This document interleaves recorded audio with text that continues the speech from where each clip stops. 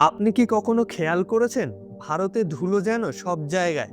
রাস্তা দিয়ে হাঁটছেন ধুলো, জানালা একদিন খুলে রাখলেন পরের দিন টেবিলে ধুলো স্তর। কিন্তু অবাক করা প্রশ্ন হলো, ভারত কি পৃথিবীর সব থেকে ধুলোময় দেশ?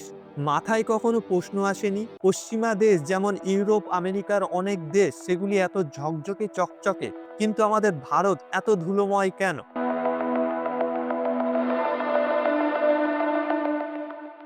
কারণ শুধু নোংরা শহর নয়, এর পেছনে আছে মরুভূমি আবহাওয়া এবং আমাদের শহর পরিকল্পনার সমস্যা। ভারতে এত ধুলো, এর সবথেকে বড় কারণ আমাদের জিওগ্রাফি। ভারতের উত্তর পশ্চিম দিকে আছে বিশাল থর মরুভূমি। এই মরুভূমির আয়তন 2 লক্ষ বর্গ কিলোমিটার। গরমের সময় এই বাতাস খুব শক্তিশালী হয়ে ওঠে, যার ফলে তৈরি হয় ডাস্ট স্টর্ম, এবং এতটাই শক্তিশালী যে এর গতি ঘন্টায় 60 থেকে 70 কিলোমিটার হয়ে যায়। শুধু ভারতের মরুভূমিই নয়, মধ্যপ্রাচ্যের মরুভূমি থেকে ধুলো উড়ে আরব সাগর পার হয়ে ভারতে পৌঁছে যায়। মানে, আপনি দিল্লিতে দাঁড়িয়ে যে ধুলো দেখছেন সেটি হাজার হাজার কিলোমিটার থেকে এসেছে। ভারতের আবহাওয়া ধুলো তৈরি করার জন্য পারফেক্ট সিস্টেম। ভারতে কয়েক মাস ধরে প্রচুর বৃষ্টি হয়, তখন মাটি ভিজে থাকে। তারপর আসে দীর্ঘ শীত এবং গ্রীষ্মকাল, যার ফলে মাটি শুকিয়ে যায়। যদি শুকনো মাটির উপর দিয়ে হালকা বাতাস বয় কিংবা গাড়ি চলাচল করে, তাহলে সেটি খুব সহজেই ধুলো হয়ে উড়ে যায় এবং সেটি জমে রাস্তা, বাড়ি, গাড়ি, এমনকি আমাদের ফুসফুসে। কিন্তু ভারতের ধুলোর সবথেকে বড় কারণ প্রকৃতি নয়, মানুষ। ভারতের শহরগুলিতে চারিদিকে নির্মাণ কার্য চলছে, নতুন বিল্ডিং, মেট্রো, হাইওয়ে, ফ্লাইওভার।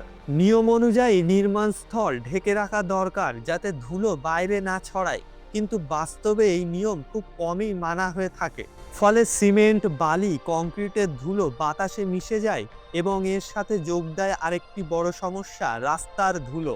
ভারতের অনেক রাস্তার পাশে ঠিকমতো পেভমেন্ট নেই। রাস্তার পাশে খোলা মাটি পড়ে থাকে। যখন গাড়ি দ্রুত চলে, সেই মাটি ধুলো হয়ে বাতাসে উড়ে যায়। গবেষণায় দেখা গেছে অনেক ভারতীয় শহরে রোড ডাস্ট আর ট্রান্সপোর্ট মিলিয়ে মোট বায়ু দূষণের 2/3 তৈরি হয়। ধুলো শুধু নোংরা নয়, এটি বড় ধরনের স্বাস্থ্য সমস্যা। বিজ্ঞানীরা 2 ধরনের কণা দিয়ে বায়ু দূষণ মেপে থাকে, একটি PM10, আরেকটি হলো PM2.5। PM10 একটু বড় ধরনের কণা হয়ে থাকে, যেগুলি আমাদের মুখে, গলায় গিয়ে আটকে যায়। কিন্তু PM2.5 এত ক্ষুদ্র হয়ে থাকে যেগুলি আমাদের ফুসফুসে পর্যন্ত চলে যেতে পারে। দীর্ঘদিন এই কণা আমাদের ফুসফুসের ভিতরে ঢুকতে থাকলে তা থেকে সৃষ্টি হয় হাঁপানি, শ্বাসকষ্ট, ফুসফুসের রোগ। আরেকটি অবাক করা তথ্য হলো, বিশ্বের সবথেকে দূষিত 50টি শহরের মধ্যে 45টি হলো ভারতের। ভারতে এত ধুলো ভরা, এর কারণ শুধু নোংরা শহর নয়, এর পেছনে আছে ভারতের ভূগোল, আবহাওয়া এবং আমাদের কাজ। একসময় আমাদের প্রতিবেশী দেশ চীনও এই ধুলো সমস্যা নিয়ে ভুগেছিল, কিন্তু এখন তারা অনেকটাই উন্নতি করেছে। এখন একটাই প্রশ্ন, আমরা সত্যিই কি এই সমস্যার গুরুত্ব দেব কখনো?